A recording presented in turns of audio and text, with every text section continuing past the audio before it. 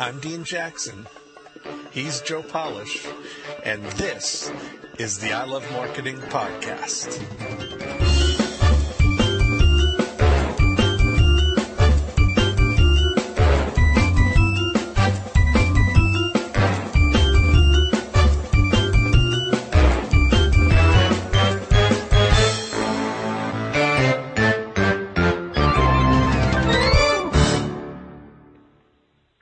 Hello, everyone. This is Joe Polish, and Dean, you were going to say something. I heard you. I was going to say, hey, everybody, it's Dean Jackson, and you got right on it.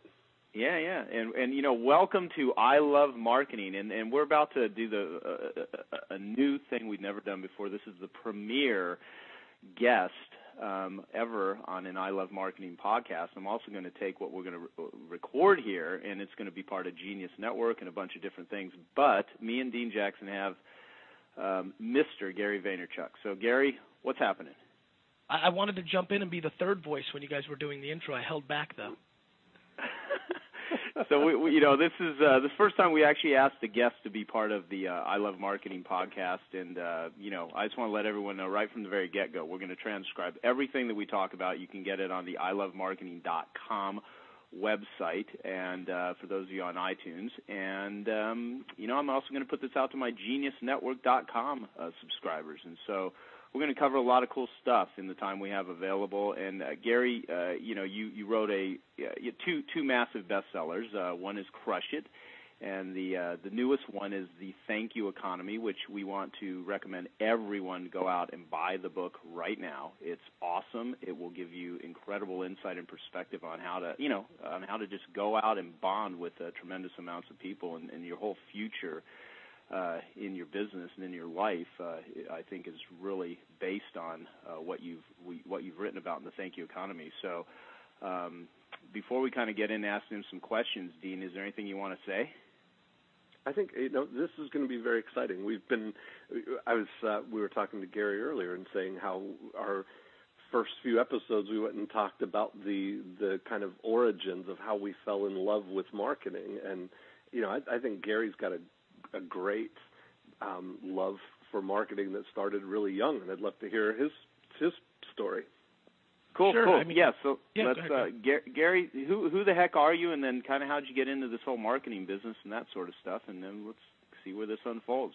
Yeah, and you know, it's funny. It's you know, marketing is just like a part of life, I think, for everybody. Everybody's selling something, usually themselves, if nothing else, in the world. And so, you know, very early on, you know, lemonade stand and baseball cards and you know, just always pencils. I would sell. You know, I was a salesman. You know, and I think you start off as a salesperson, and then, you know, as you grow up the ladder, you start understanding. You know, right now I'm doing a lot of consulting for Fortune 500 companies with my Vaynermedia company, and there's a big difference between a marketer and a salesperson. You know, marketer, I'd like to think a marketer that thinks long term, and I think, you know, both of us, all three of us on the phone here, have seen people use marketing in the wrong way, and unfortunately that, you know, creates a scenario where the brand of marketing has been hurt. You know, I got involved in my dad's family liquor store business when I was 14, and that's where I think I really honed my chops in marketing. I definitely learned a lot about wine and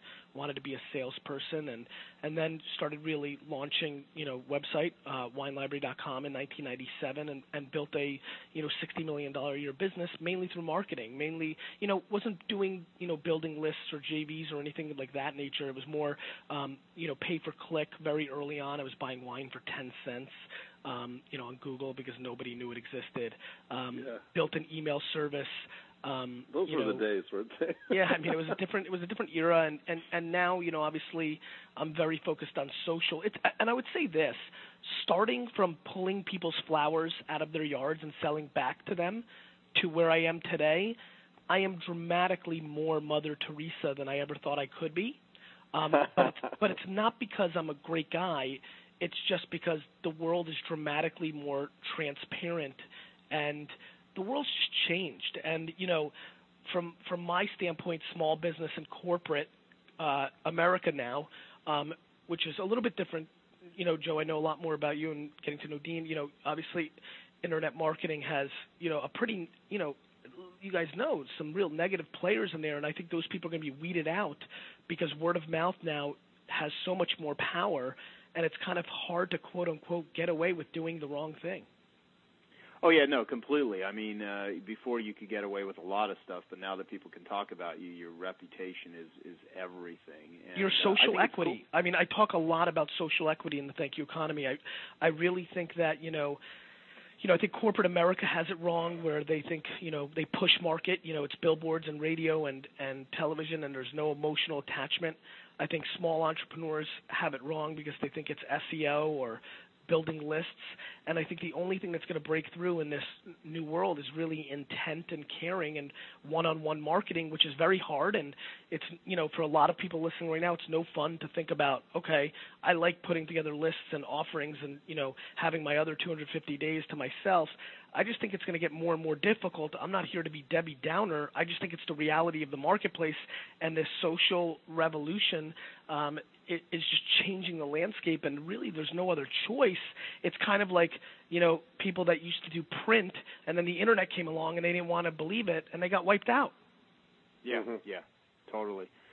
Well, can I ask you to define a couple things? First off, what do you mean by the thank you economy? I mean, the book is fantastic, and again, I'm going to tell everyone, read it. Go out and get it. If you don't like reading, get the audio version of it. It's an awesome book. Audio's coming in June, Joe. I always do my audio much later because I like to do the remix, Yeah, well, and you update it because that's I exactly update what it. you do. I mean, in the book I talk about SEO being dead, because I think that social will matter, and all of a sudden 2 weeks ago Google comes out and changes their algorithm to incorporate social context. So, I've got to update that part. Obviously, I'll pat myself on the back while I read it and feel good about myself. But, I mean, the thank you economy means this.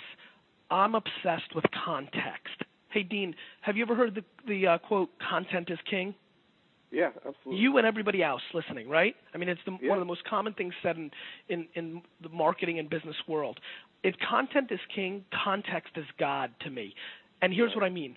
Dean, you and I have not interacted, but now we have, and now we have a different, view, and we have some context on each other. Tons of people listening right now have never heard of me. They're going to listen, and they're going to have some sort of context, hopefully positive, but conceivably negative. I believe that every single person and every business has to create context with their user, and I think that caring is now scalable. I think you can go to search.twitter.com and interact with people, searching terms, searching your name, searching the concept of your business, and reply them and start a conversation. It's the skills of having a cocktail party skill instead of a presentation skill, And I think this is going to be the equity in doing business. I think it is absolutely Green Mountain Coffee's responsibility to go into the social web and talk to people about coffee, but be a service, not a salesman. Instead of telling people, try our coffee, they're telling people how to use the Keurig machine or what the right balance or how long do you let it steep if you want to do the tea. And so the thank you economy, Joe, is about thank you and you're welcome and what can I do for you and how can I help you. It's about answering all your email. It's replying to all your tweets.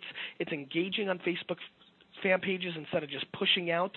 And I firmly believe that 99% of the people listening to this call right now absolutely 100% have been in the push business their whole careers, sending out offers, sending out, blasting email, blasting direct mail, blasting radio, billboard, television, whatever it's been, on stage, push, push, push, push, push, push, push. Right. And I think the world of marketing is going to pull.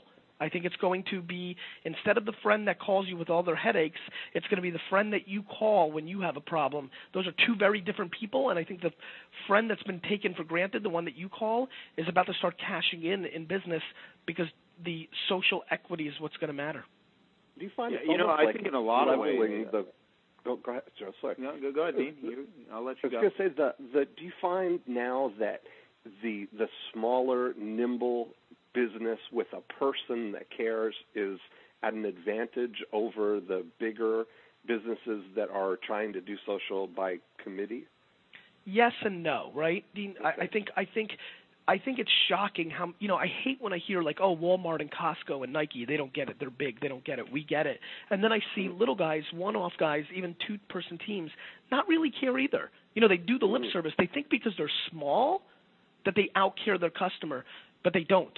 And so I would say whether it's big or small, Dean, it comes down to the thesis and the DNA of the company.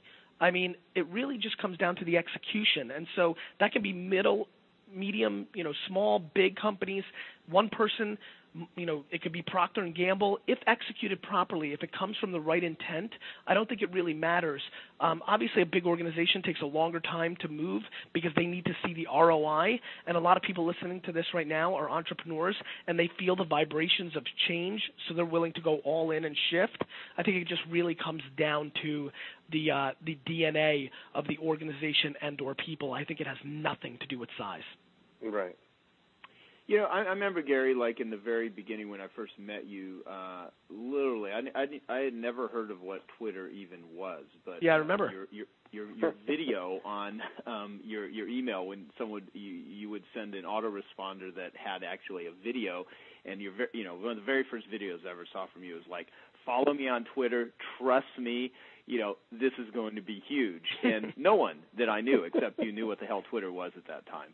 And sure enough, I mean, a lot of things that you've predicted have become mainstream stuff. So what the hell are you tapped into where you have like a real good intuition about this stuff? Because I think that's one of your greatest abilities is that you really see trends. I appreciate you've heard me say this. I want to buy the New York Jets, and it's going to come from that skill set. I don't think I have that many skills. I think we're all limited to a certain amount of skills.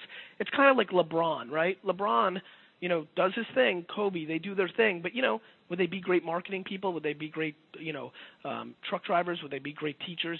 You've got some skills, and I've been lucky to figure out what mine was and is, and that's where my career has gone. The better thing of saying Twitter was going to be big is that I invested in Twitter, right? Right. And Facebook and Tumblr. And a lot, listen, in Crush It, I wrote in length about Tumblr, right? This was before I actually invested in it. After I was done writing about it, I'm like, you know what? I'm going to get involved in this. And now, I don't know if you were seeing this, Joe. I don't know if you guys have any 16 or 17-year-old nephews or nieces. I mean, Tumblr is exploding. If you go to TechCrunch, there's a video with David Karp, the founder. Listen to this stat. They're growing by 250 million page views a week. Wow. So Tumblr is going to be the thing in between blogging and Twitter, which I think a lot of people here who are listening and you guys will probably like. So anyway, nonetheless, I don't know. I think it's DNA. It's the same reason I sold all my baseball cards. I mean, literally at a baseball card show, guys, in New Jersey, looking around, tasting, I like to say tasting the vibrations of the market. I'm just so deeply into the trenches. And you know this about me, Joe, in comparison. I just am engaging all the time. I'm always interacting. I don't vacation. I don't surf. I don't go on a cruise for a month. I work 24/7, 365 outside of the time I spend with my family, and it's in the trenches. It's really dirty work. I really am a hard hat kind of guy, which I think gives me insight to things shifting earlier than it trickles up to the people that are a little bit, higher up the castle.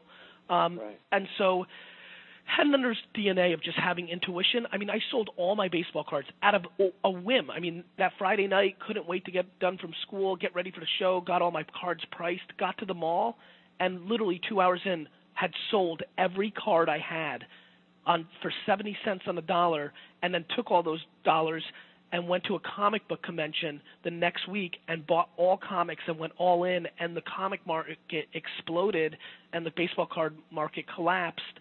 And that was just really intuition of just seeing what was going on. And so I did the same in the family wine business. Everybody was all about Bordeaux and French and Italian and California wine, and I went all in on Washington State and Spain and Australia, and I was right again.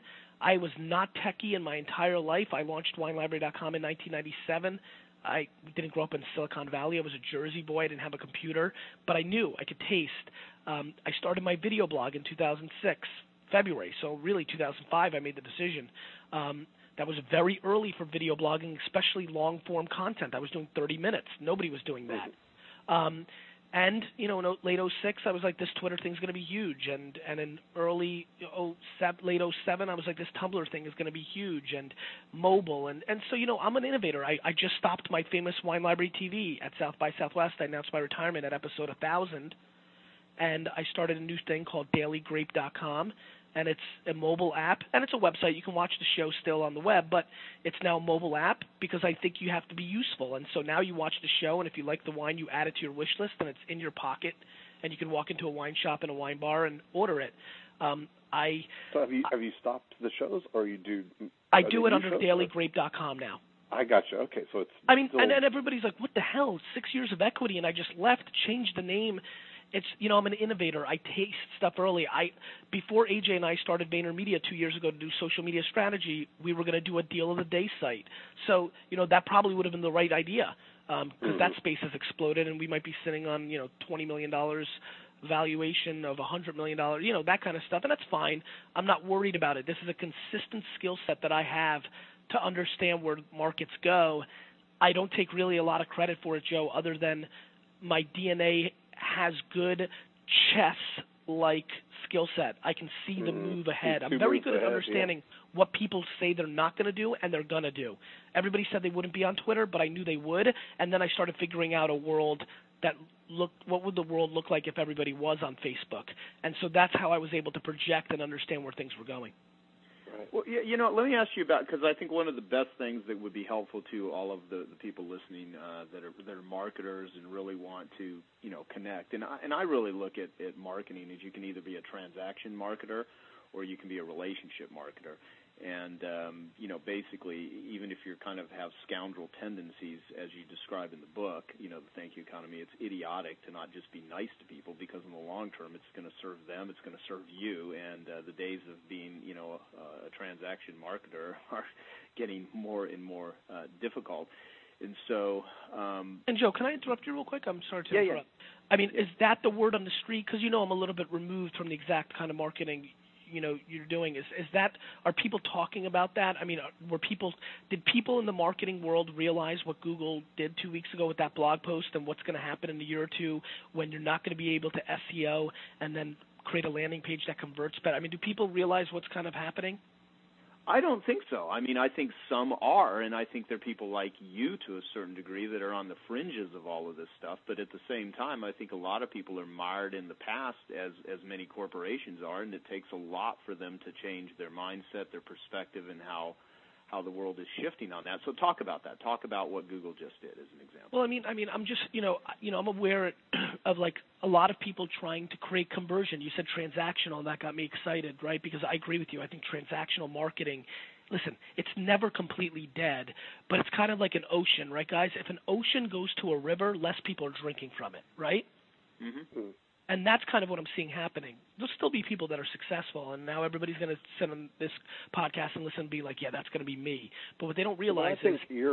I think you're onto something, though, in the way that people are reacting to it, that a lot of marketers are reacting to what's happening with Google to try and fix it like in an emergency mode, try and fix it. In the marketing world, it's been called the Google slap, where, they change the algorithm and they don't like sometimes the things that convert the best on a transactional basis, but they don't see that making a fix to this in the short term is not really addressing where the game's going in the long term. And I think you're right, Dean. I think the really scary part is I don't think people realize how deep this is going to get. In Crush It 3 years ago, I wrote that Facebook was Google's biggest competitor in search. And I think that that's a very valid point now.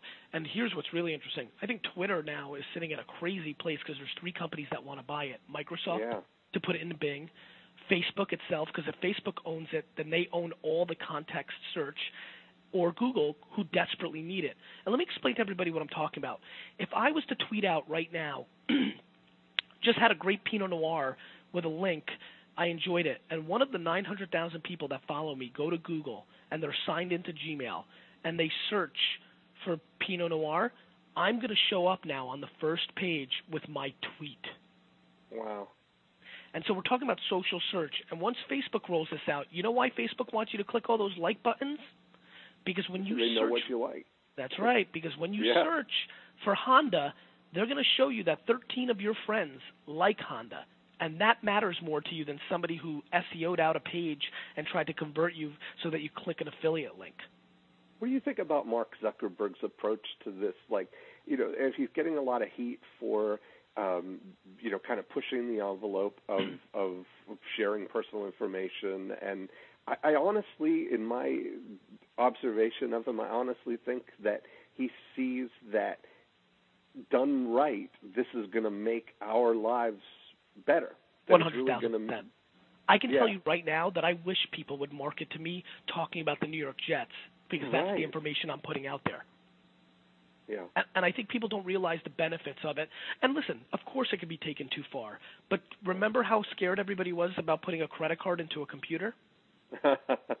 Yeah, you're laughing because you remember those conversations. Yeah, no, exactly. I do too. Remember? Yeah. I mean, when I told my dad we were going to put a wine shop on the internet, he goes, nobody's going to – so what, they're going to come to the store and give us a check? You know, I mean, this is people forget. People forget that people thought the internet was a fad. People forget that they thought Facebook and Twitter were going to be fads. People forget they thought Facebook was the new MySpace. It's just people talking. You know, listen, I no longer talk about politics and healthcare and other things because I realized as I was becoming dramatically more knowledgeable in this sector that even smart people that weren't as deep as I were sounded silly. And so even though I consider myself a smart guy and I'll read a couple articles, I can't talk about this stuff. I don't have the depth. And that's what's kind of going on with this stuff. I think people are very naive to what's going on. And I really do think, Joe, that what my biggest hope was and why I really wanted to do this, of course I'd be thrilled if people bought the book. But the fact of the matter is, you know this and we all know this, there's a lot more efficient ways to sell a book over a course of an hour than doing an interview like this. I think what's interesting to me is I want to be on the right side of history. I want every person who listens to this podcast go back in 3 years and be like, that Gary guy was the first. Damn it, I knew I should have done it, or I'm glad I did it because he was the first guy that kind of talked about it and put me in that direction. Listen, Joe, you saying right now that I'm the first person that told you about Twitter and it was going to be big, that matters to me. That's the business I'm in. I'm in the being on the right side of history business. And when these things go on to mean something, it really matters. I mean, you view me as a smarter guy than a dumber guy because there's a lot of people that said, no, it won't be. And these are the decisions we're making as who knows where things are going and who's not. And I'm running a marathon, not a sprint. I want to be relevant for the next 40 years, not just 4 minutes. Yeah, which is why. Yeah, which is why Wayne we love Gretzky to. says you don't go where the puck is; you go where the puck's going. That's a really good point, Dean. Yeah, that's a very famous hockey statement, and it's true. I definitely live my business life in that manner.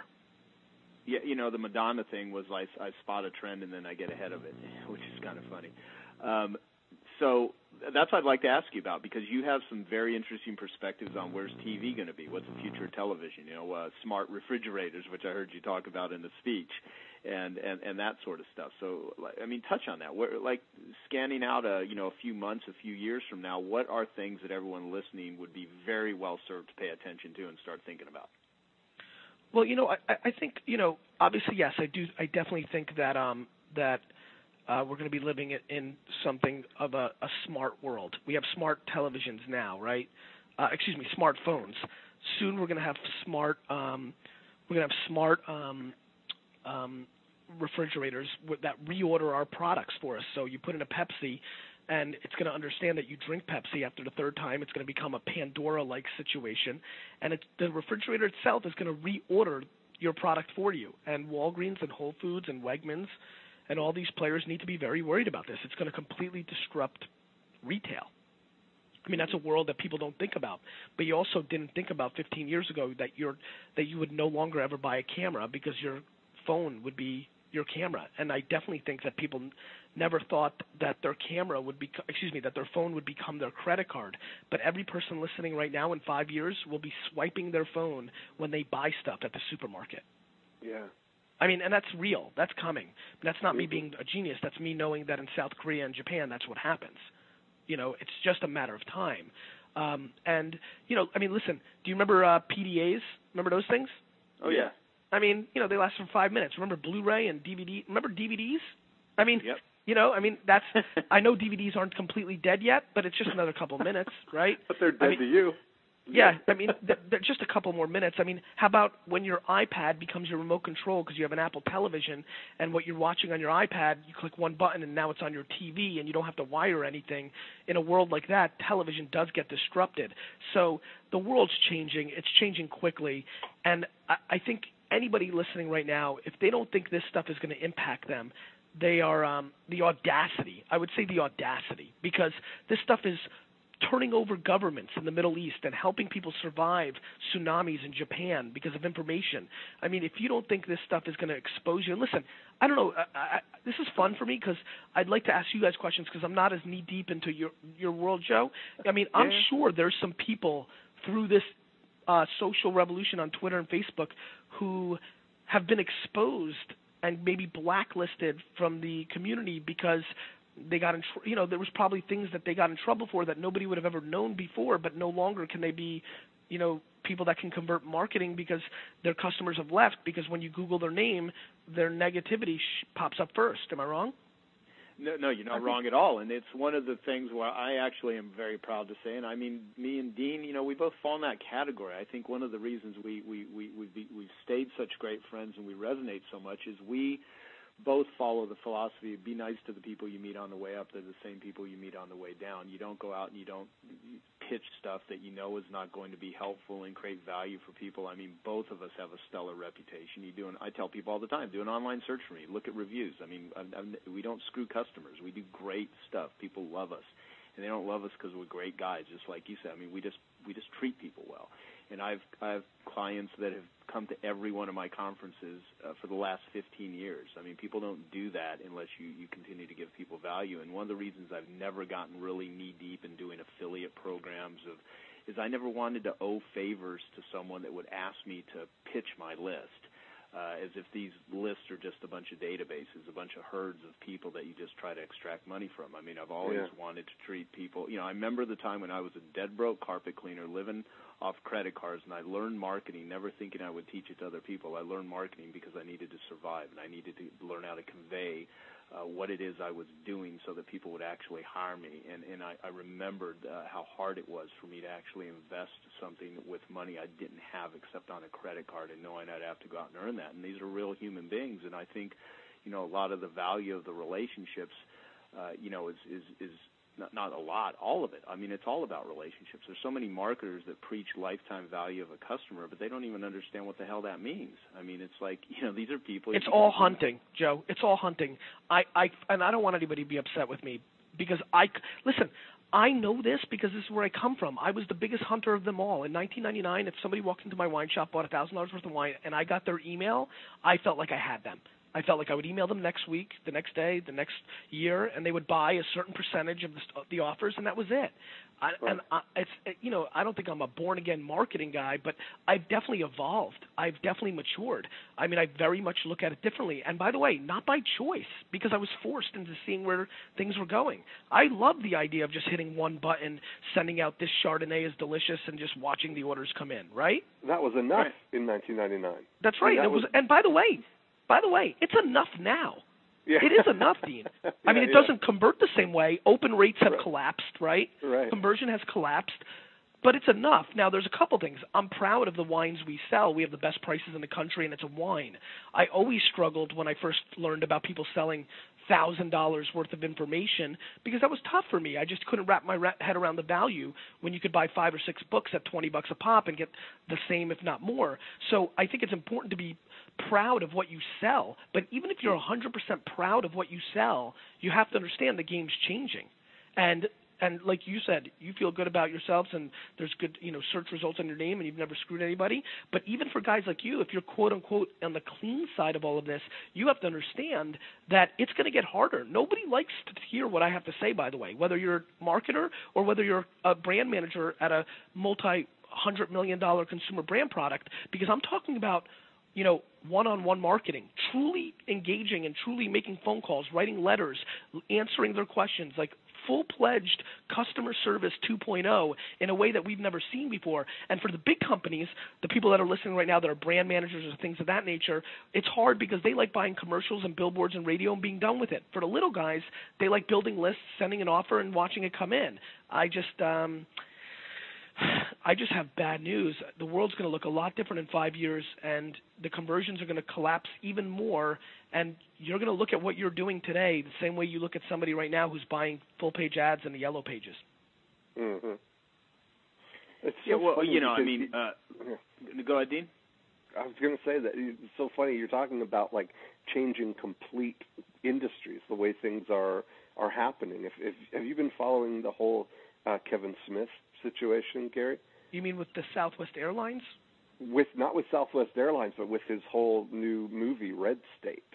Oh yeah, I mean, I've seen some headlines I haven't followed, but yeah, I mean, look at Carell, right? He got fired from a radio show. He makes more money now, direct to consumer, through his podcast, right? Adam Carolla, yeah, exactly. I mean, all this. Look, hey Dean, I don't have to look very far.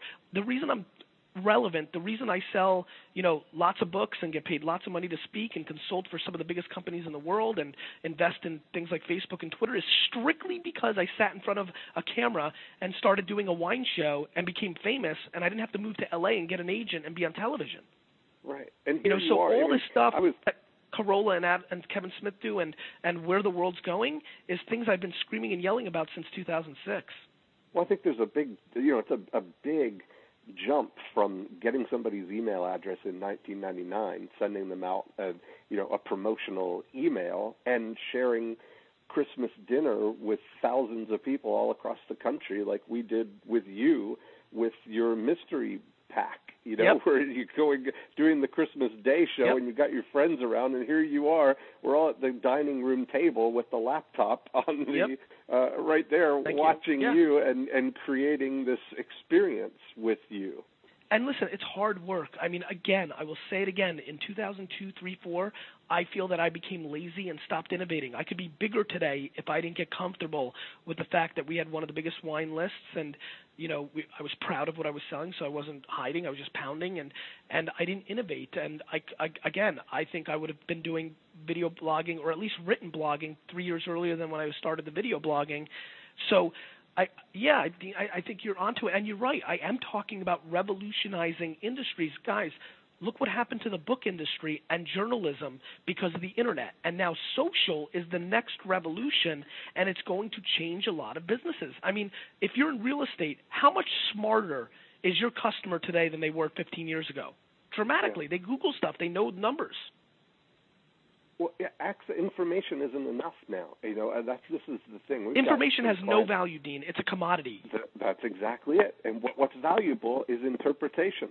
And that's the thing, is with somebody who has an opinion. The same thing with why I believe Wine Library was so successful is because you're a guy who has an opinion. You're willing to share it. You're not going down the party line just because your store stocks this type of wine that giving it a favorable review.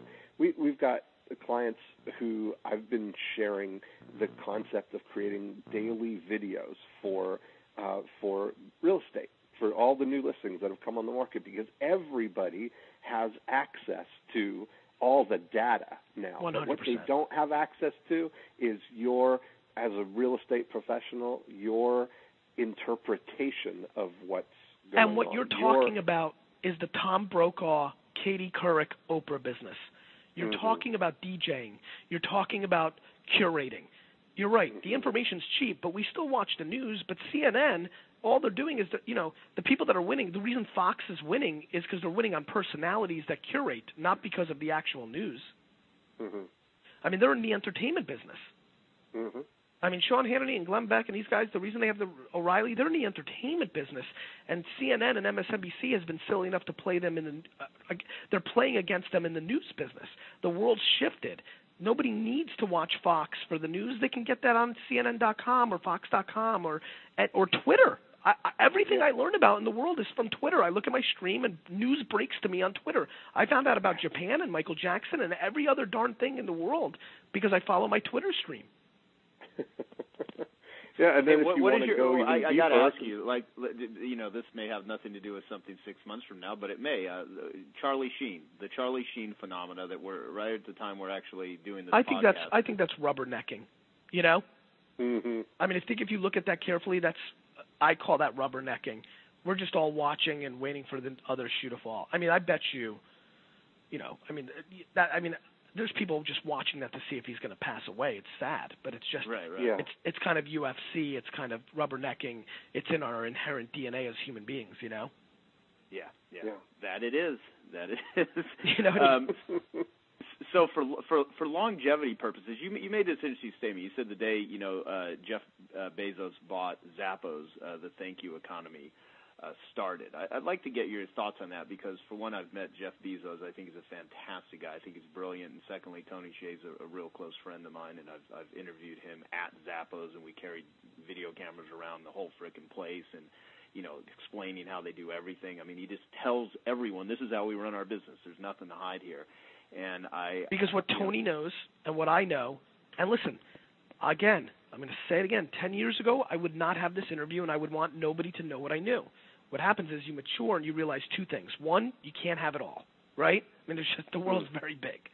And two, I know that 99% of the people that are listening right now, I think that they've already heard enough to know that I've got chops. They're going to go spend $13 because it doesn't cost all that much to read the book. And everything I say in there, they're not going to do. Do you know why? It's too hard. And I'm not. It is hard. Yeah, you can't. I mean, it's tough to emulate. It's execution, right? Level of commitment that you're. It's execution. That you have. It's execution. Yeah. And so the reason Tony shows you that, Joe, and everybody, is he knows that it's really hard to do what they do. It's hard for a company of that size to truly have that kind of DNA. It's very difficult. A small shop can do it, but, the kind of size that Zappos was, and the reason I said the day that Amazon bought Zappos was the day that the thank you economy was born is because Jeff Bezos, in my opinion, more so than Steve Jobs, which is going to make people shocked right now, is going to be the entrepreneur of this generation. He's shown so much innovation through the Kindle, through the Amazon services, through Mechanical Turk, through Living Social, through Woot, through Zappos, the ability to be innovative in many different ways. And I think what he bought Zappos for was not a bunch of shoes. He bought it for culture because he knows that that is a battleground for business. And I firmly believe, that he is ahead of the curve, and he knows that that's the kind of culture and DNA that Amazon is going to have. He's going to look at the data of what that kind of customer service means.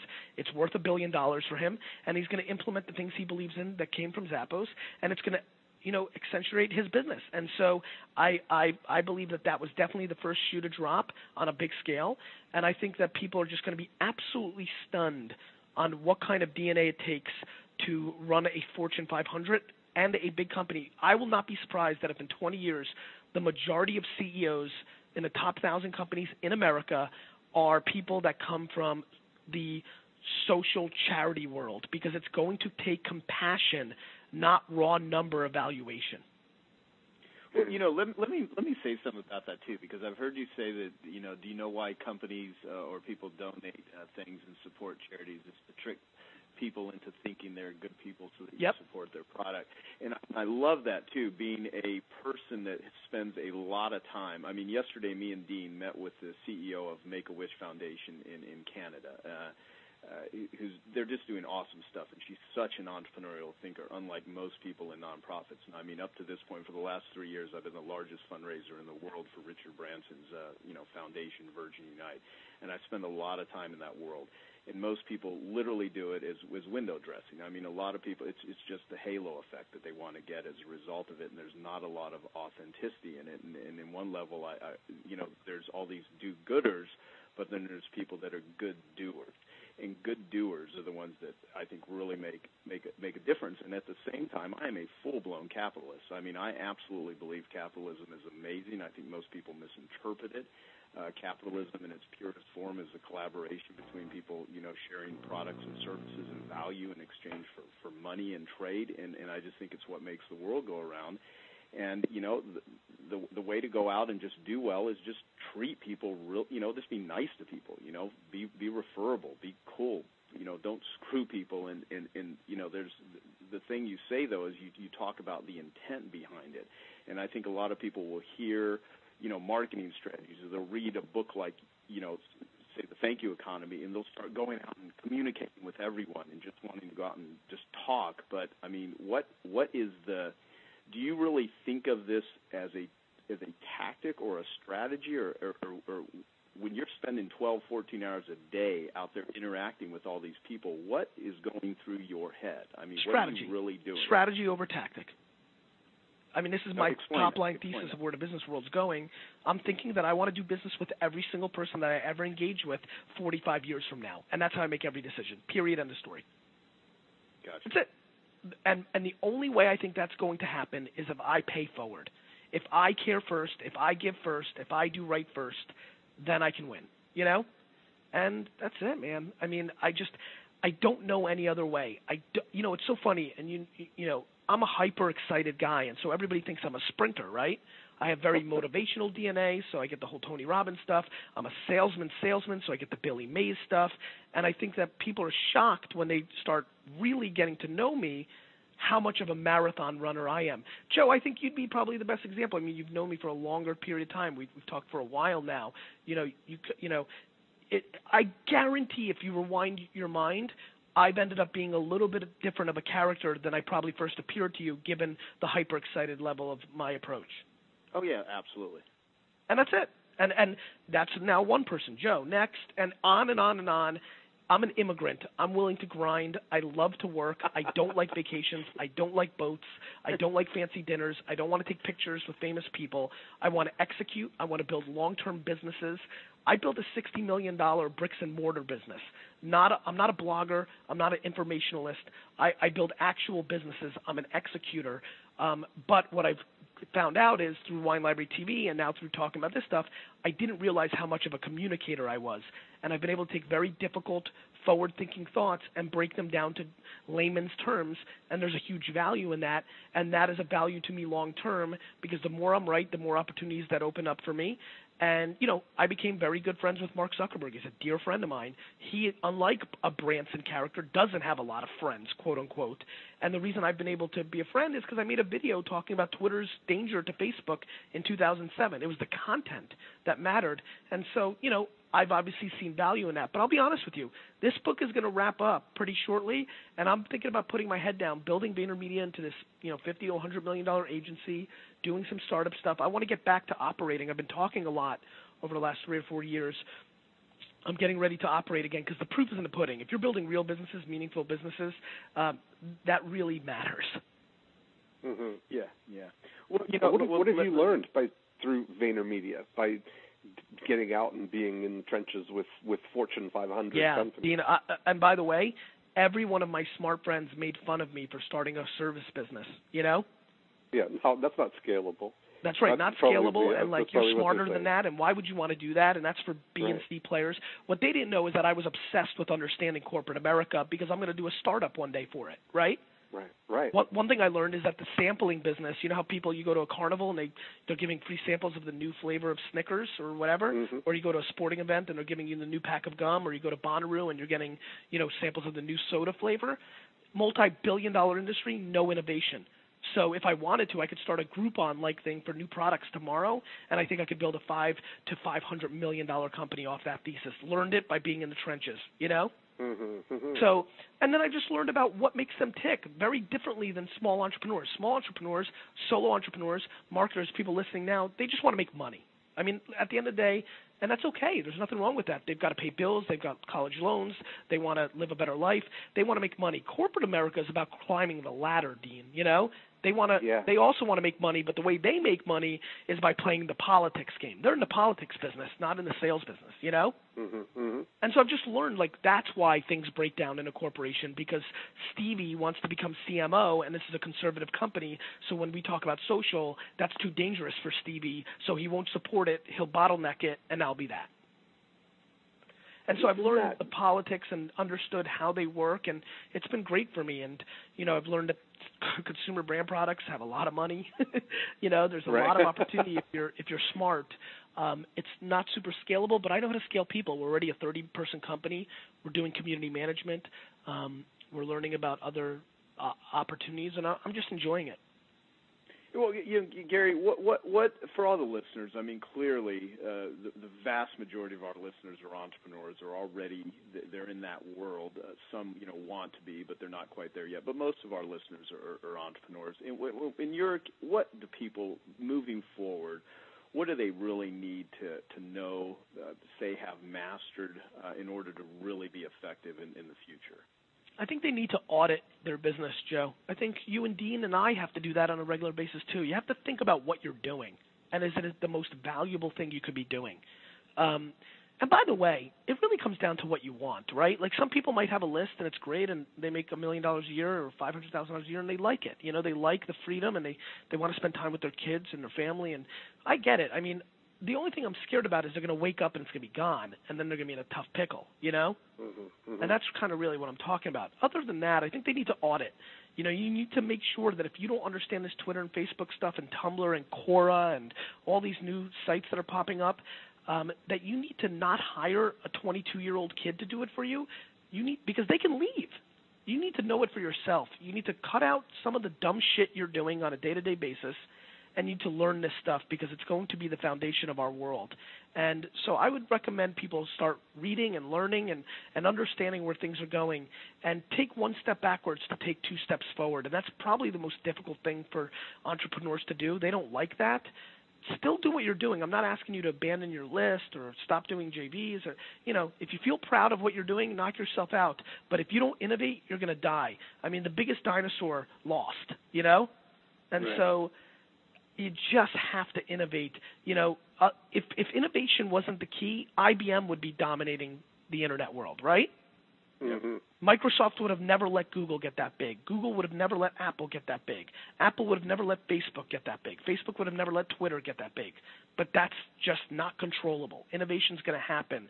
And I would say that people need to, number one, and listen, I know some of the people listening to this right now, because I just know the way the world is, are doing business in a way that wouldn't be considered the most ethical of all time. And that's something we just have to attack head on, you know? Mm-hmm. You just have to. You have to look at that because you're just not going to get away with it. You're just not going to. People are going to talk.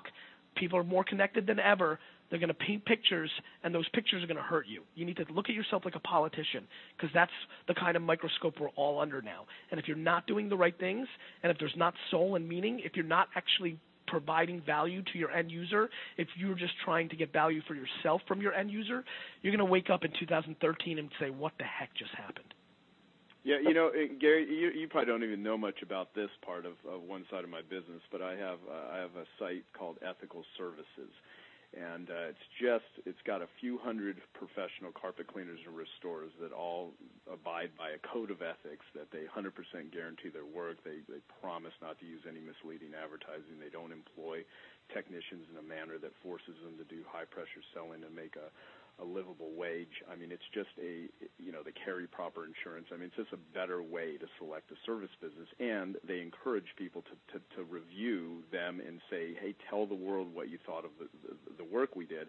And one of the goals I have is to transform the way that people, you know, hire and find service businesses in the U.S. and maybe take it worldwide in multiple different industries. And, you know, part of it is the number one question going through consumers' minds is who can I trust? And you know, that's what it's all about, and people will trust what their friends are saying and what their neighbors are saying, just like you talk about bringing small-town values mm-hmm. back to the modern world, and that's, you know, one of the things with ethical services that I want to do is literally just give people, you know, a way for great service businesses that operate that way to locate consumers that actually, you know, don't want to get screwed, and I think it's so much is in line with what you're talking about.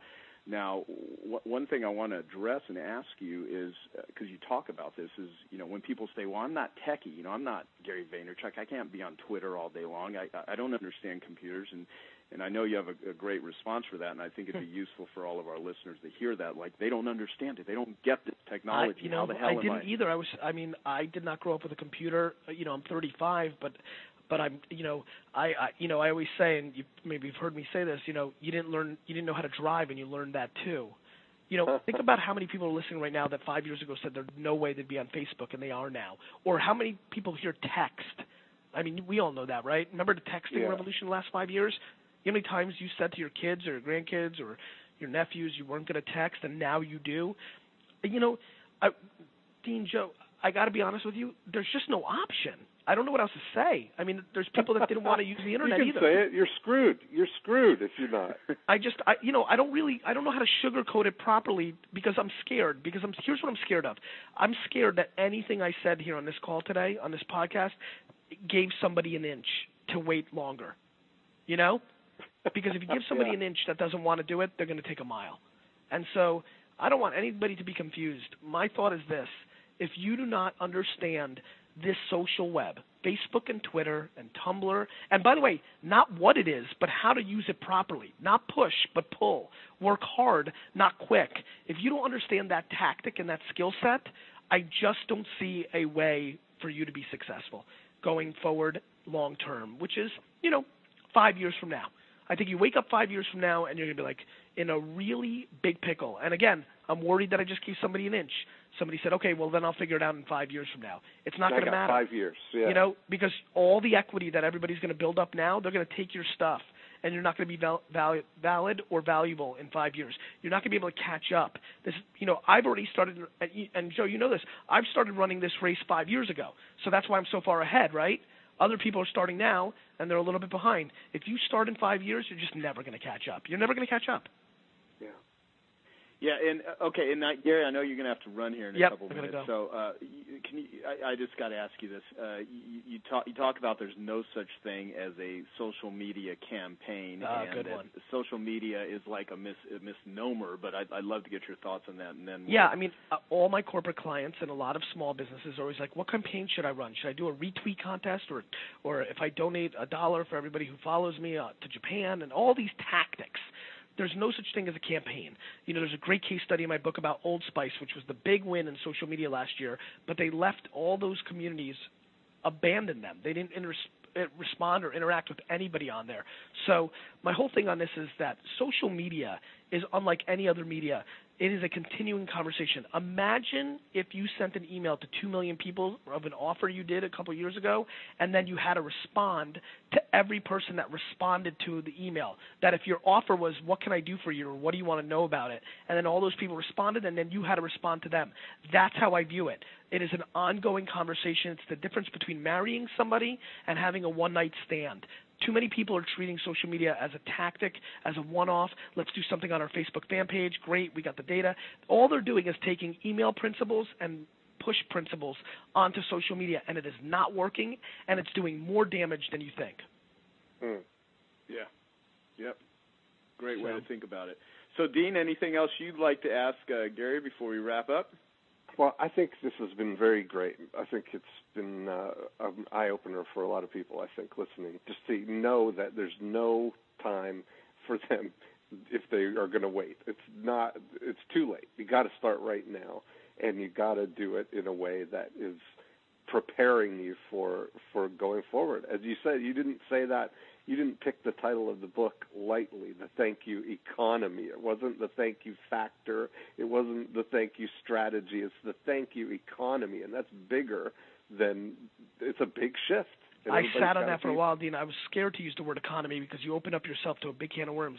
And I am talking about trillions of dollars. I believe it. I believe this is the maturity of the Internet. And I want everybody to know this is not just about Facebook and Twitter. There's Ustream. There's Quora, which has a chance of being the next Wikipedia. There's so many things out there that are happening. This isn't just one thing. And there's a site called TechMeme that Dean and Joe, you should be going every day. It's TechMeme, M-E-M-E. It aggregates all the news. It's a quick look. It's just a very quick look. You can read the headlines and you can have a sense of where things are going because it aggregates all the tech news. I think it would be a big help. I wanted to give something practical for everybody listening. I would definitely check it out and read it. It's a big help for me because I'm very busy, and so I thought that I'd give that little nugget. Awesome. That's fantastic. Well, Gary, first off, thank you for always sharing your wisdom. You are an industry transformer. I mean, you really are. You're always on the cutting edge, and people that really want to take their marketing to the new world, if they haven't already, and want to stay on top of things, definitely you're one of the best people to learn from. If anyone ever has an opportunity to see Gary speak, he's funny as hell, and he's just, he's crazy. And knows a ton of stuff, and I would encourage that. Where's the best places for people to follow you that have never heard of you before? Yeah, I would say the easiest thing, it's super easy to remember, and more importantly, just come and say hi, so I can respond to you in there, is facebook.com/Gary, Gary, super easy to remember, so I would highly recommend that. Awesome. Any famous last words from you? Just please don't be stubborn. Don't be, this kid doesn't know our business. He doesn't get it. This doesn't impact my business. This impacts everything. And I'm just very scared. I don't want to get an email from you in 5 years saying I should have listened, because I'm starting to get those emails already from different people from years ago. And so Just don't put yourself in that position. And don't go all in. Just hedge. Crawl before you run, but you've got to start the process. Awesome. Well, perfect, man. Well, thanks, guys. And to all of our I Love Marketing listeners, give us your comments on this. Let us know what you thought, and go and read Gary's book, The Thank You Economy, and crush it, and follow him because he's a stud and he knows what he's talking about. So thanks, dude. Appreciate it. Thanks, guys. Thanks, Gary. Thanks, dude.